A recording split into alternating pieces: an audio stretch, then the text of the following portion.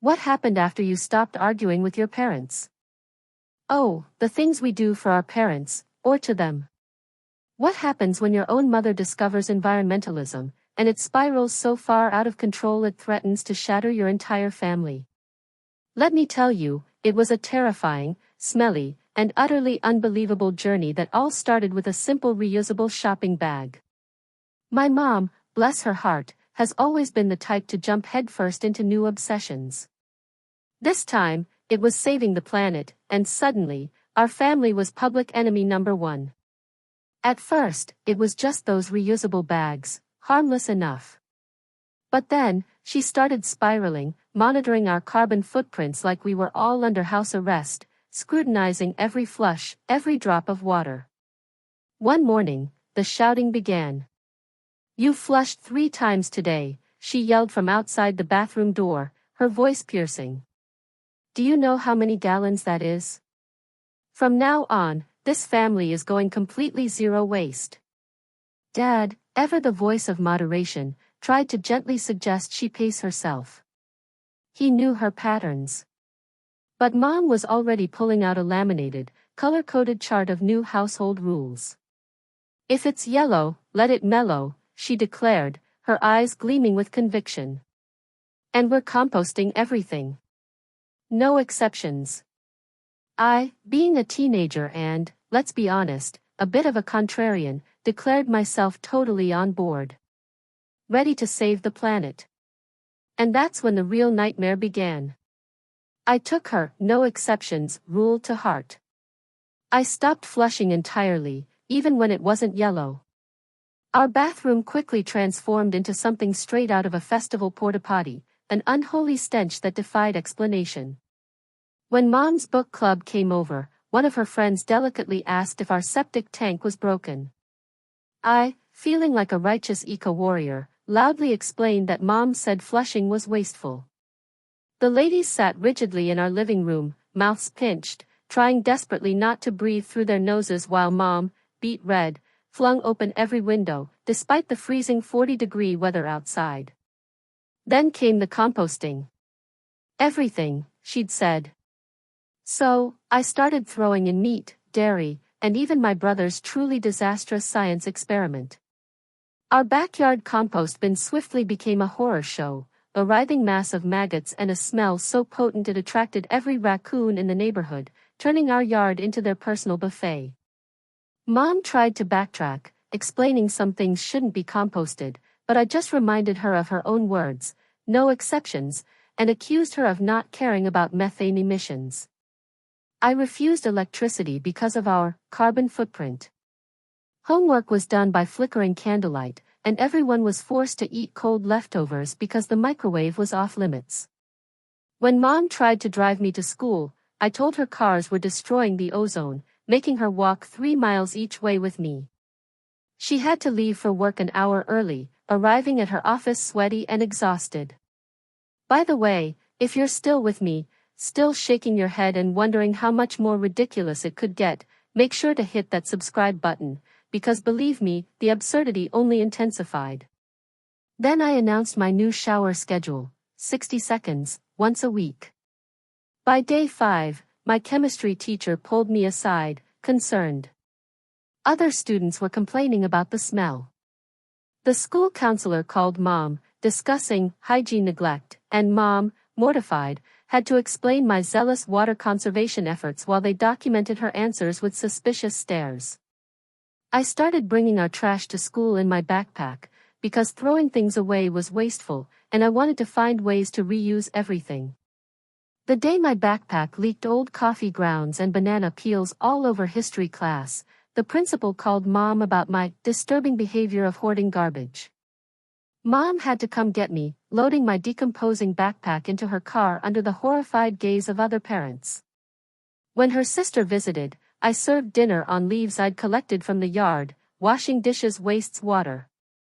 And when she asked for toilet paper, I proudly presented our new family cloth system, cut up old t-shirts we could wash and reuse.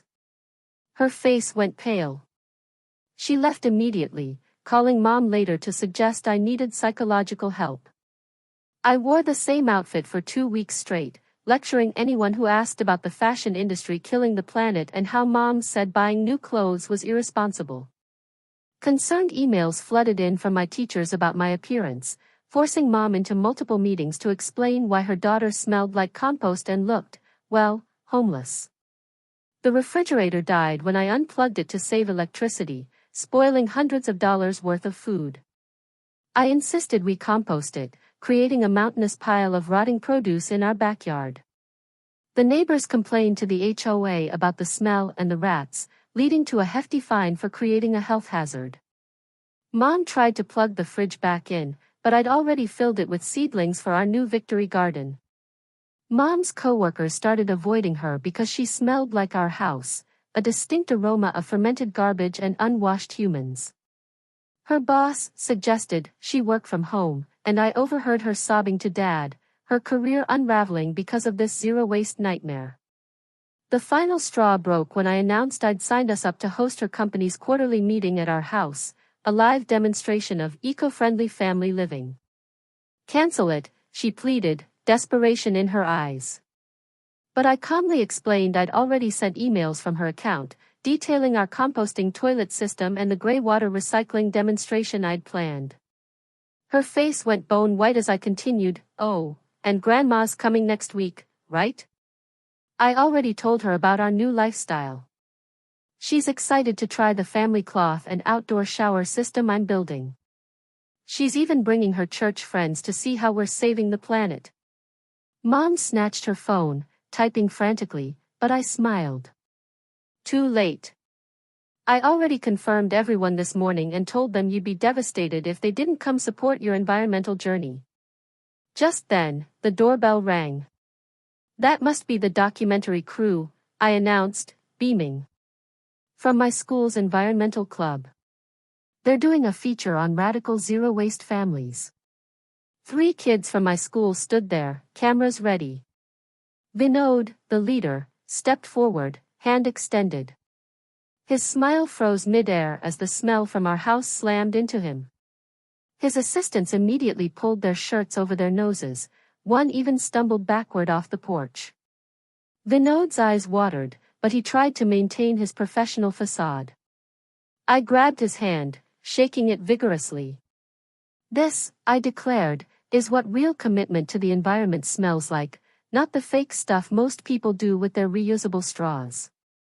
Mom appeared behind me, her face ghostly as she saw the cameras rolling.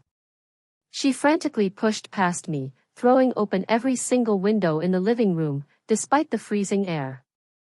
The cold wind swirled the stench around, but did little to dissipate it. She ran to the kitchen, grabbing air fresheners, until I loudly reminded her those chemicals were destroying the ozone layer. She dropped them, clattering across the floor, all caught on camera. Vinod, ever the professional, asked for a tour of our sustainable living practices. I led them straight to the backyard, to our composting monument, a rotting, buzzing disaster. The smell out there was 10 times worse. I proudly pointed at the maggots crawling through the meat and dairy I'd thrown in, reminding them of Mom's no exceptions rule. Fresh raccoon tracks circled the bins, and one fat raccoon actually sat on our fence, watching us like he owned the place. Vinod asked if this was normal. Mom always said nature needed to reclaim everything we took from it, I lectured, so, the raccoons are just part of the cycle. The camera zoomed in on the maggots. His assistant kept gagging behind her shirt. Mom stood there, frozen, utterly lost.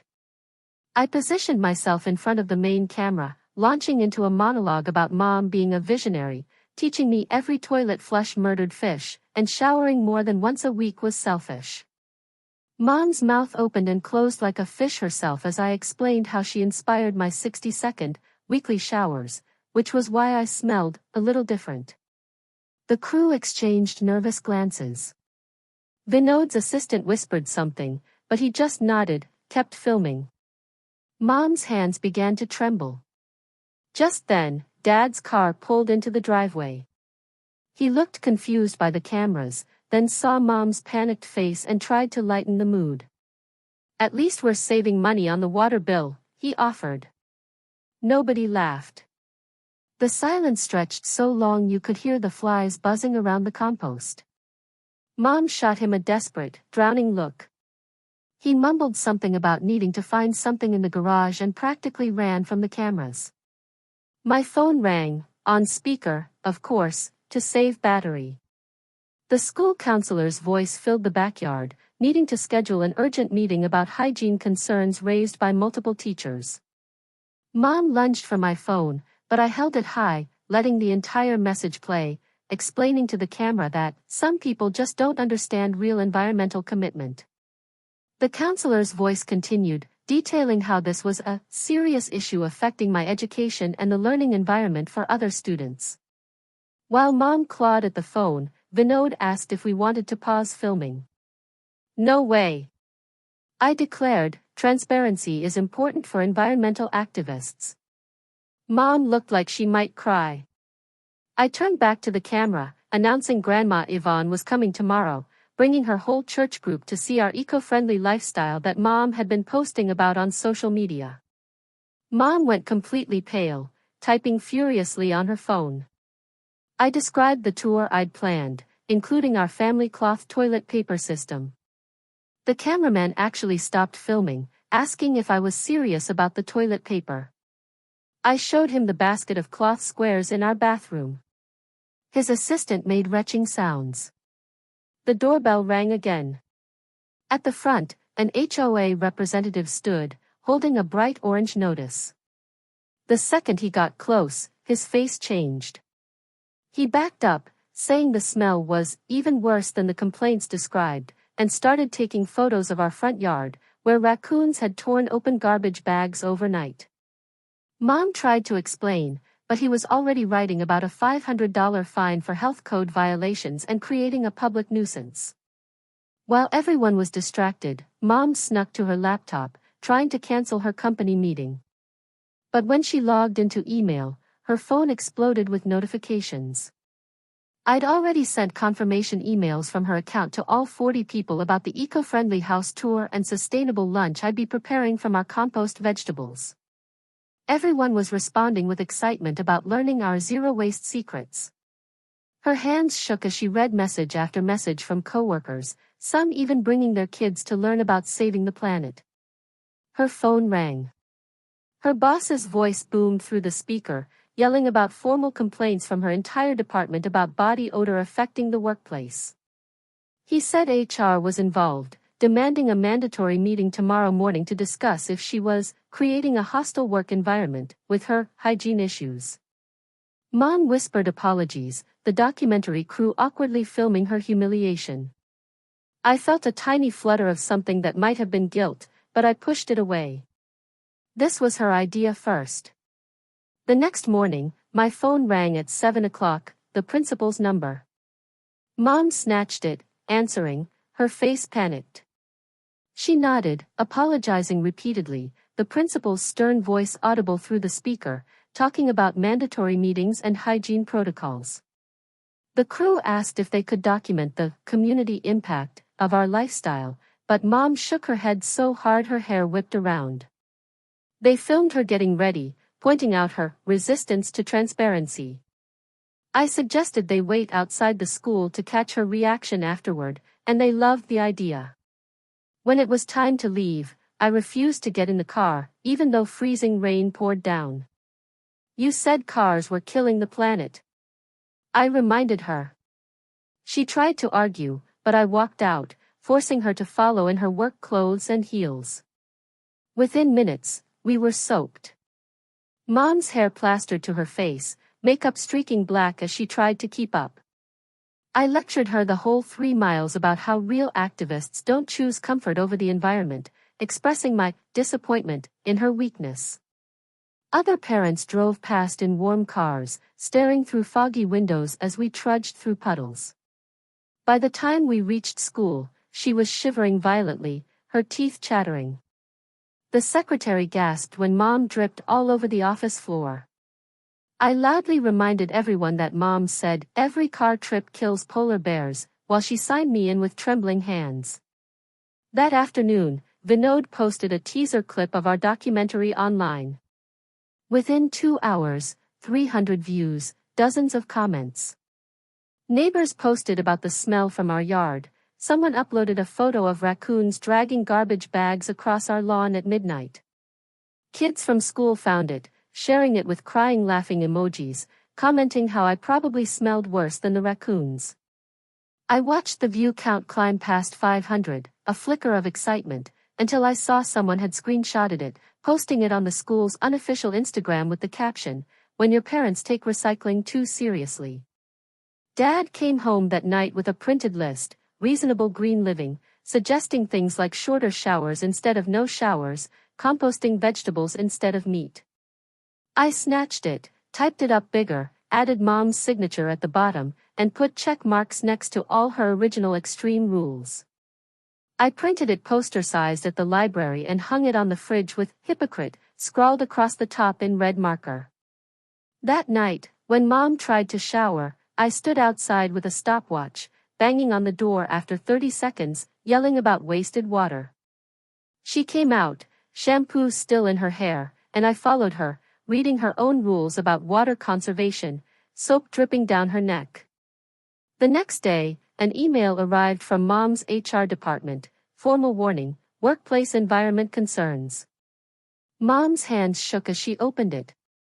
The email detailed 17 separate complaints from coworkers about hygiene and body odor, creating a hostile work environment. It said failure to remedy the situation within 5 business days would result in immediate suspension without pay.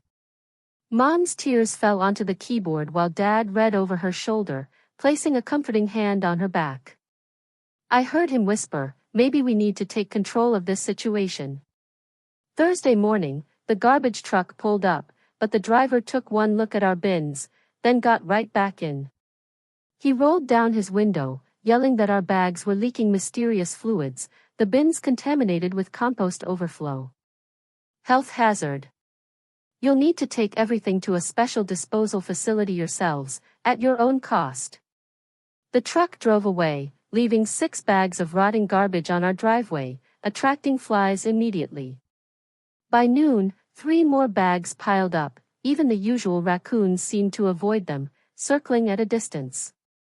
That night, at 2 a.m., our doorbell camera sent alerts. Motion sensors went crazy. The footage showed at least 12 raccoons tearing through our garbage in a massive raid, fighting over scraps, scattering trash across the entire front yard. Their screeching and the bins crashing woke the neighborhood. Sirens approached as someone called animal control. Within an hour, Mom's phone buzzed with an email from the HOA president, calling an emergency board meeting about declaring our house a public nuisance, with potential legal action. The next morning, Catherine from the school sent a formal email Mom read aloud, her voice shaking, about mandatory child protective services involvement if hygiene conditions didn't improve immediately. I laughed, telling the documentary crew, who'd returned to film, that the government just wanted to control how we lived. They filmed me reading the email dramatically while Mom hyperventilated in the background, clutching her chest. Later that day, I came home early and caught Dad plugging the refrigerator back in, trying to save what was left of our food. I immediately unplugged it, filling it with more seedlings. Dad's face turned bright red. He yelled that I was destroying Mom's career and our family's reputation for a stupid game. I yelled back that he never supported Mom's environmental awakening and was just another person destroying the planet. We stood screaming until the doorbell rang, and we both stopped, breathing hard, glaring. Mom opened the door. Grandma stood there with her suitcase, her face excited, until the smell hit her like a physical wall. She stepped back, covered her nose, then walked inside in complete silence, carefully stepping around compost buckets, swatting at fruit flies. She looked at the garbage bags visible through the window, the seedlings in the unplugged fridge, the giant poster calling Mom a hypocrite. She turned to Mom, whispering, "What happened to your beautiful home?" Tears rolled down Mom's cheeks. Grandma pulled out her phone, dialing her church group, muttering about canceling their visit. I snatched the phone. Mrs. Henderson's voice asked if everything was okay. I told her grandma was just being modest about our amazing environmental breakthrough, and they absolutely had to come see how modern families were saving the planet. Mrs. Henderson got excited, saying she'd bring her whole prayer circle. Grandma stared at me like I was a complete stranger while I confirmed the tour for tomorrow at 2 o'clock. The documentary crew came back in with release forms. Vinod explained these were for the footage they'd already shot. Mom's hands shook as she read, seeing distribution rights and broadcast permissions. Dad kept saying we shouldn't sign anything. Vinod mentioned they had enough footage, but signing would give us some say in the final edit. Mom looked trapped, torn between two bad choices. She finally signed, hand trembling, while Dad threw his arms up in frustration. I dragged everyone outside to show them my new water-saving shower system, a garden hose tied to the fence, a blue tarp for privacy. The camera crew filmed me demonstrating it in my bathing suit, even though it was 45 degrees and my teeth were chattering. Our neighbor, Mr. Peterson, started yelling about public indecency, grabbing his phone to call the police. Within 10 minutes, 2 officers showed up. One side, seeing our address on his tablet. They took one look at me shivering under the tarp, asking Mom if this was really happening again. Mom's phone rang, someone from the school saying a social worker needed to schedule a home visit tomorrow afternoon. Mom agreed immediately, practically begging them for help. I, of course, told the camera crew this was typical government overreach. Mom grabbed my arm, whispering for me to please stop talking on camera, but I pulled away, continuing to explain our eco-warrior lifestyle. Later that evening, Dad cornered me. We need to talk about Mom's mental health, he said, his voice unusually soft. He explained her anxiety, how she'd latch on to new things when work got stressful. He asked me to stop using her own rules against her. For the first time, a tiny bit of genuine guilt flickered within me. But then I remembered she started all this, and I pushed the feeling away. The next morning, at school, my phone exploded with notifications. Someone had posted a TikTok of me in the hallway. The video showed me walking past with visible stink lines edited in, captioned, "When your family takes recycling too seriously." Within 2 hours, 300 views and climbing. Kids in the hallway started calling me compost girl. They held their noses, made gagging sounds behind my back. My best friend, Sarah, pulled me aside at lunch. Maybe you should start showering again, she suggested, before this gets worse. I told her she didn't understand the environmental crisis. She just shook her head and walked away. When I got home, Mom was hunched over her laptop, trying to cancel her company meeting. I'd already sent replies from her account that morning, saying she was too modest about her achievements, and the tour was definitely still happening. Her inbox pinged with excited responses from coworkers, eager to bring their families. Mom put her head down on the kitchen table, crying softly into her arms. The school called again, scheduling an in-person meeting tomorrow morning about my hygiene. Mom specifically told them no cameras or recording devices allowed. I complained to Vinod and his crew that she was being a hypocrite about transparency. Vinod shifted uncomfortably, suggesting that maybe some boundaries were healthy for families. His assistant nodded, and they started packing up their equipment, ready to leave. Mom's laptop dinged. Her face went white as she read aloud, the HOA was scheduling an emergency hearing in 3 days. We needed to present a remediation plan or face legal action. Dad immediately started Googling lawyers. Mom rocked back and forth on the couch. The stress in our house was so thick you could almost touch it. Nobody was talking.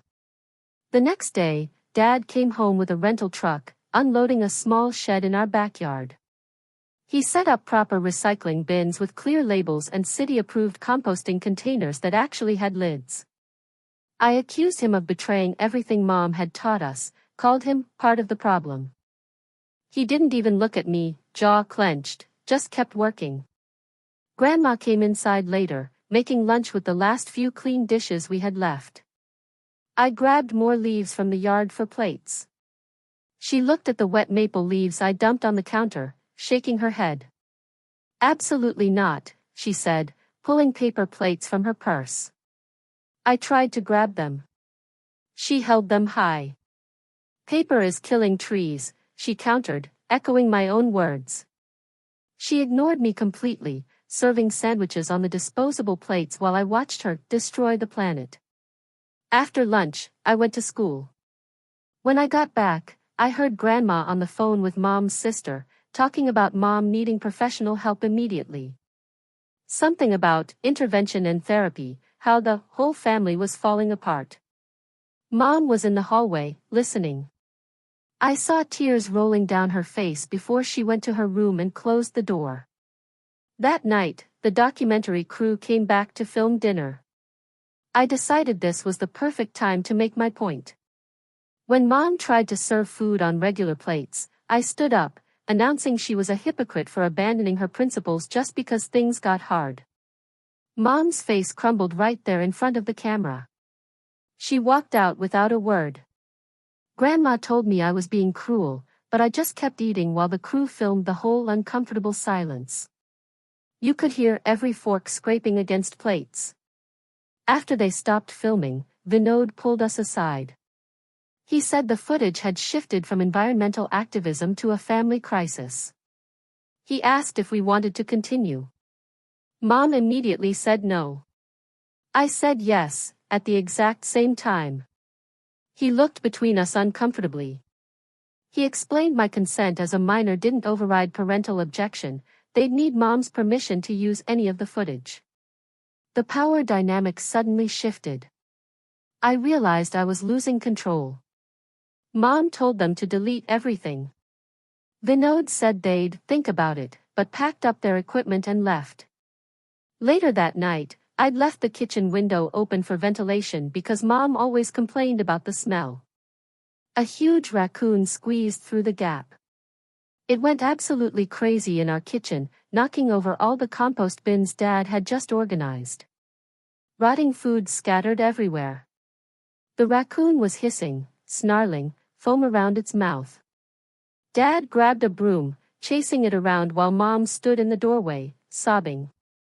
I realized the raccoon looked sick, diseased. It finally scrambled back out the window, leaving a disaster zone. We spent 3 hours cleaning. The next morning, a bright red notice from the city health department appeared on our door. My stomach dropped. They were scheduling a mandatory inspection for tomorrow afternoon. The violation list was long: pest infestation, improper waste disposal, potential biohazard conditions, a whole paragraph about public health risks. Even I felt nervous seeing the official seal and the mention of possible condemnation. Mom found me in the kitchen, actually getting down on her knees in front of me, begging me to cancel the church group tour and her company meeting. Tears streamed down her face, her hands shaking as she grabbed mine. I started to say no, but then I saw Dad and Grandma watching from the doorway, such profound disappointment on their faces. I hesitated. Still, I pulled my hands away, reminding her these were her rules first. She started all this. Dad stepped forward, his voice harder than I'd ever heard it. He announced I had 2 choices: either I start following basic hygiene and help fix this mess immediately, or he was sending me to stay with Grandma, whether she agreed or not. Grandma crossed her arms. I won't take her until she's showered for a full week straight, and the smell is completely gone from her clothes and body. I looked between all 3 of them. They were united against me now. There was no way to play them against each other anymore. The next morning at school, I had to go to the meeting with the counselor and principal Mom had tried to cancel. Catherine Bridges slid a typed document across the table, titled Student Hygiene Compliance Plan, in bold letters. She explained it required daily showers with soap, clean clothes every day, and regular laundry with weekly check-ins. The principal leaned forward. If you don't sign it right now, you'll be suspended immediately for creating a disruptive learning environment. My hand shook as I signed. I felt completely trapped, no way out of this corner I'd painted myself into. After school, I was scrolling through my phone when I found a video someone had taken of me in the hallway that morning. It showed flies buzzing around my backpack while I walked past, set to circus music, with crying laughing emojis all over it. The comments were brutal, people calling me disgusting, nasty. Even kids I thought were friends were piling on. My stomach dropped as I watched the view count climb past 500. I was the school joke. That evening, Mom was sitting at the kitchen table when her laptop dinged with a new email. She opened it slowly. Her face went white as she read silently. I saw tears rolling down her cheeks before she turned the screen toward me. It was from HR. She was placed on formal probation, with mandatory work from home until the hygiene issue was resolved. Multiple coworkers had filed complaints, her presence disrupting the work environment. I finally understood that I'd actually destroyed something real in her life. The guilt hit me like a physical punch to the stomach. The next morning, Dad woke me at 6 o'clock. His voice was different, harder than I'd ever heard it. He stood in my doorway. The fridge gets plugged in right now. All garbage goes in proper bins. And everyone showers today before the health inspection. I started to argue about the environment, but he cut me off with a look that made me stop talking. He dragged me outside to help move the disgusting compost bins to the curb for emergency pickup. The smell was so bad even I was gagging. The bins were covered in thick slime from all the rotting meat and dairy. When I tried to grab one side, my foot slipped on the wet mess. I went down hard, twisting my ankle badly, crying out in real pain as the bins tipped over and covered me in maggots and rotting garbage. Dad and Mom both rushed over, pulling me out of the pile while I sobbed from the pain shooting through my ankle, and the total humiliation of being covered in decomposing food waste. Mom drove us to urgent care. I sat in the back seat on towels, still picking maggots out of my hair, trying not to throw up from the smell of myself. The doctor examined my swollen ankle, then noticed all these red rashes on my arms and legs from the bacteria in the compost. She gave us a whole lecture about basic sanitation, asking if our home had running water and proper facilities, like she thought we were living in some third world situation. Mom held my hand the whole time, even though I'd basically ruined her entire life. I felt so ashamed I couldn't even look at her. On the car ride home, Mom reached over from the driver's seat and squeezed my hand gently, without saying anything. I squeezed back, my throat tight with unshed tears. We just rode in silence, a silence that felt less angry and more just, completely exhausted. Dad watched us in the rearview mirror, and I saw something in his face that looked like maybe, just maybe, we could fix this somehow. My phone buzzed with a text from Vinod. Their footage had turned into something way darker than they intended, he warned, and it might end up on local news as a cautionary tale instead of an environmental piece. The idea that everyone in town would see our family's total breakdown on TV made me feel physically sick. I finally whispered to Mom, "I'm sorry." She didn't say anything, but squeezed my hand again. We spent the next 3 hours before the health inspection cleaning everything we possibly could. Dad hauled load after load of trash to the proper disposal facility while Mom and I scrubbed every surface with actual cleaning products that probably killed a million germs. Grandma opened every single window and lit candles everywhere, trying to get rid of the smell. For the first time in weeks, we all worked together without fighting. The health inspector showed up right at 2 o'clock, clipboard in hand, walking through, taking notes and photos. We all held our breath while he checked the kitchen, bathrooms, and backyard, writing things down without any expression on his face. He finally gave us a conditional pass, with a huge list of requirements: professional pest control within 48 hours, proper waste management systems, and weekly follow-up inspections for the next month.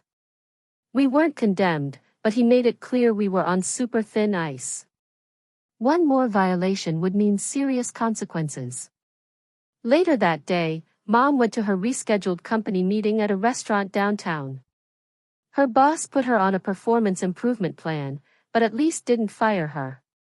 She had to agree to work from home for another whole month and attend counseling through the Employee Assistance Program, basically admitting she had problems. She texted Dad that she still had her job. When he read it, he teared up with relief right there in the kitchen. The next morning, Grandma's church friends showed up. Mom managed to keep their visit to just the front porch and backyard, explaining we were renovating inside. They seemed confused but stayed polite, leaving after maybe 20 minutes with careful smiles that showed they knew something was weird. Grandma hugged Mom after they left, telling her she was proud of her for setting boundaries, the first nice thing anyone had said to Mom in weeks.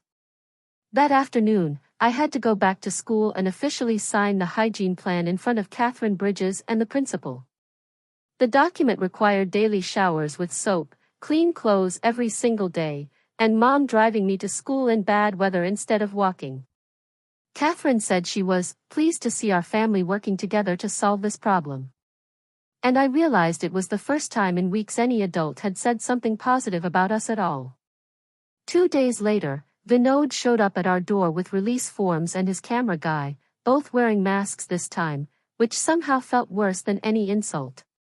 Mom sat us all down at the kitchen table, which still had faint stains from the compost disaster. Vinod explained they'd already edited most of the footage but wanted one final interview to wrap things up. He pushed the papers across the table. I saw terms like liability waiver and image rights, and my stomach dropped. This was really happening, everyone would see what we'd become. Mom asked about having our faces blurred. Vinod nodded, saying they could do that, plus change our names, if we signed today. Otherwise, they'd use what they already had, no changes. Dad grabbed the pen first and signed. Then Mom. Then me, with shaking hands.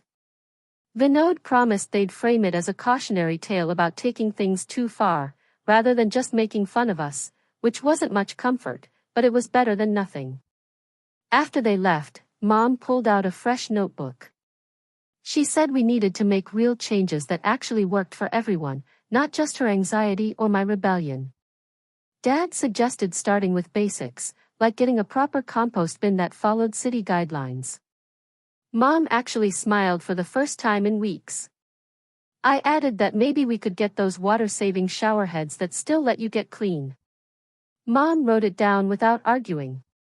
We spent 2 hours making lists of reasonable changes, using the dishwasher on eco mode instead of leaves, keeping the fridge plugged in but set to energy-saving temperature, limiting new environmental projects to 1 per month maximum. Everyone signed the paper. Dad taped it to the fridge where Mom's old extreme rules used to hang. It felt like we were actually a family making decisions together instead of fighting all the time. The pest control guy came that week and spent 3 days dealing with the raccoon damage and rat problem.